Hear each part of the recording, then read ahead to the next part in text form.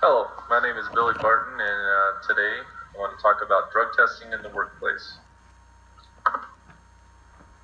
So here's a brief overview about the drug testing, how it began, the basics, types of drug testing in the workplace, why employees or employers drug test, and those who oppose it.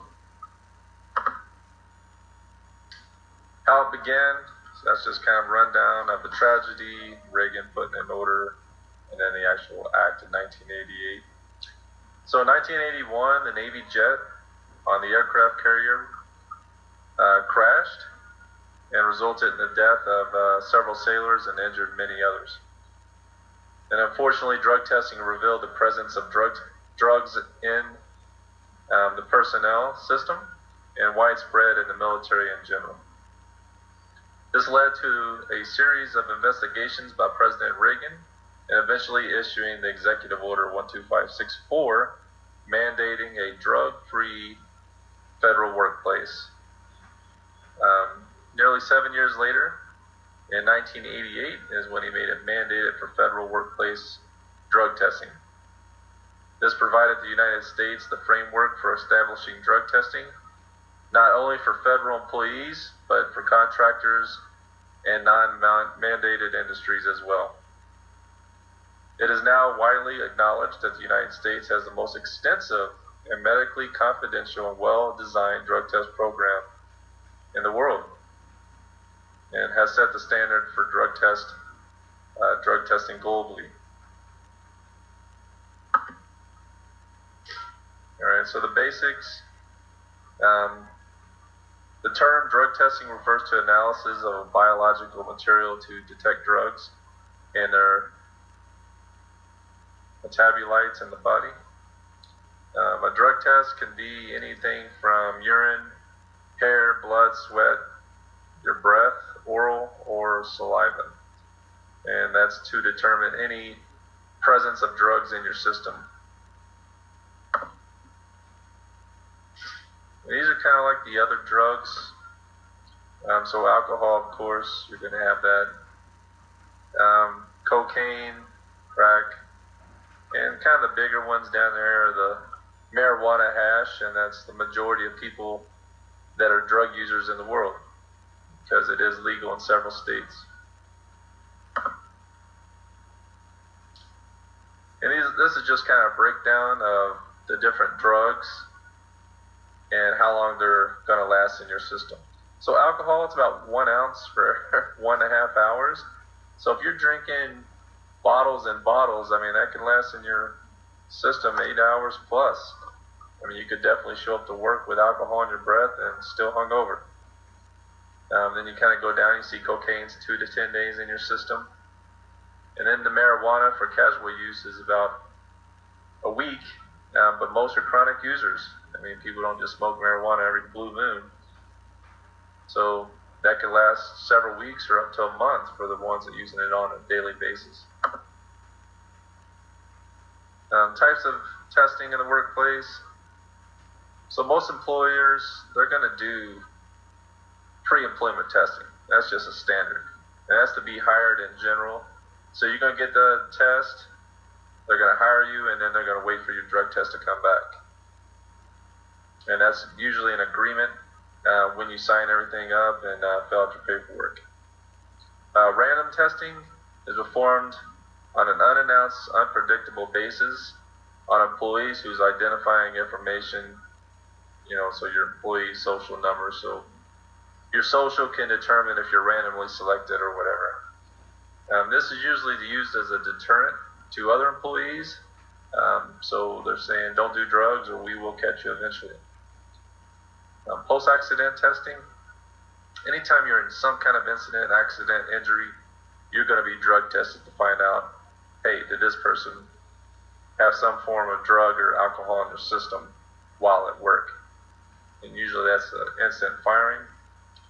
Once that comes back, and if it's negative, then they'll proceed forward to find out what else was, liable to cause the accident or injury. Why do employers drug test? Well, to discourage employees from using drugs. They don't want people in their company using drugs and giving them a bad name. They also use it to prevent hiring of individuals that use illegal drugs. So that's the pre-screening. They can catch you prior to and then hire somebody else. They want to provide a safe work environment. They don't want people getting injured all the time or having mishaps at work. To provide a safe environment for workers so that, people want to come to work and know they're not going to be injured by another person on some form of drug. And they want to be able to recognize and assist employees who do have a drug problem. So if you have Bob, who's been there 30 years and he's going through a midlife crisis or divorce and all of a sudden he has an alcohol problem, they want to identify that person and get them the help they need.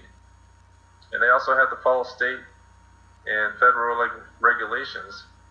So if it's a company that's federal mandated, they have to perform drug tests. If they're in a state that causes for drug testing for certain positions, certain jobs, certain companies, then that's what they have to follow. And if they don't, they can be heavily fined or penalized.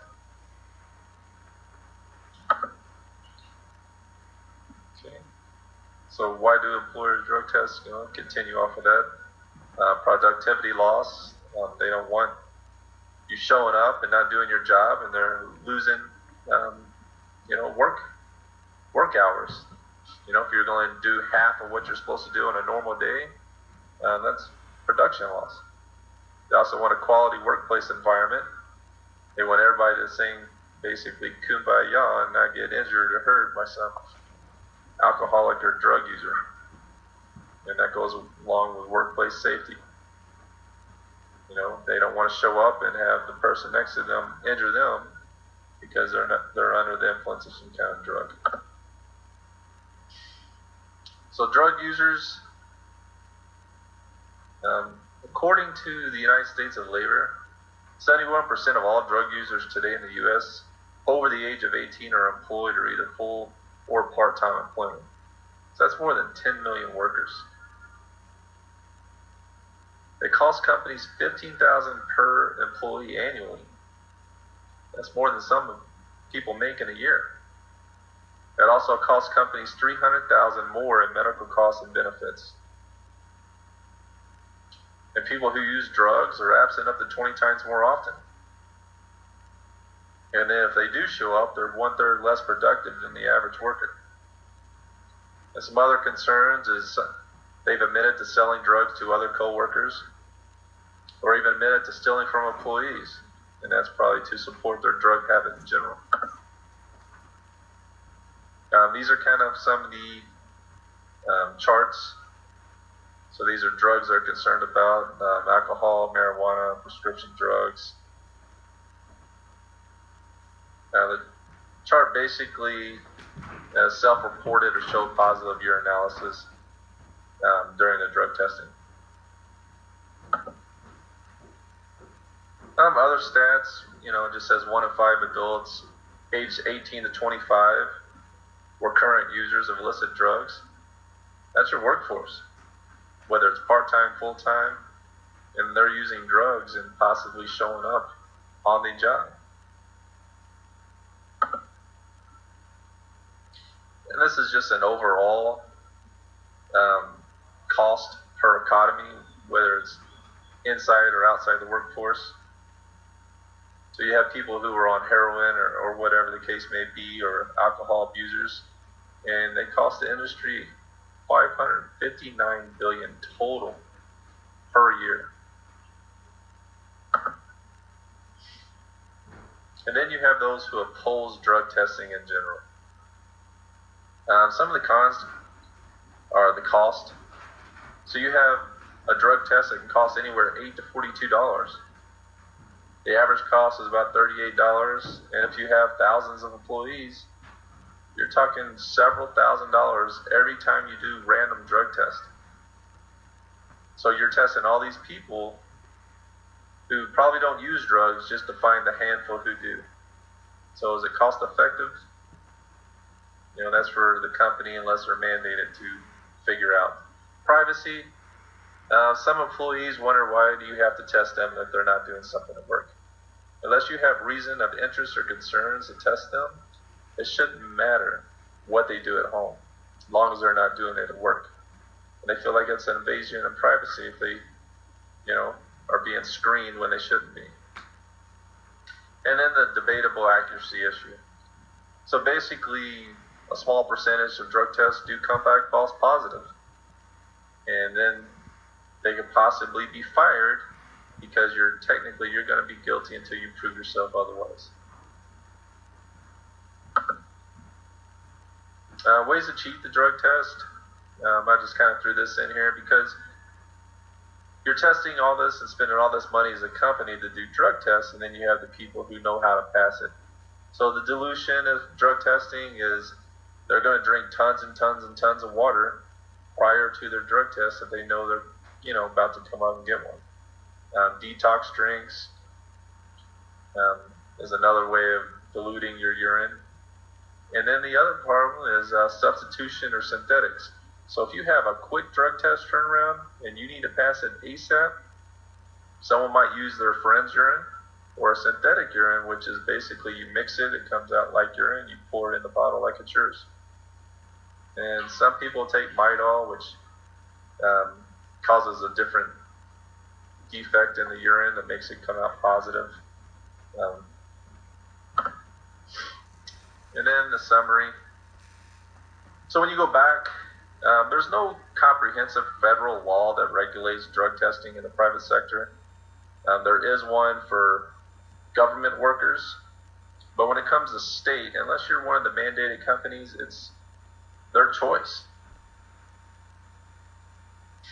So some people want to limit testing to reasonable suspicion or probable cause situations, and that becomes that privacy issue.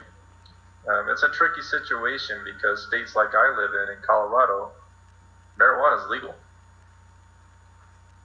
But the other issue is, do you want your heart surgeon showing up smoking marijuana prior to doing your heart surgery because something's legal statewide versus federal?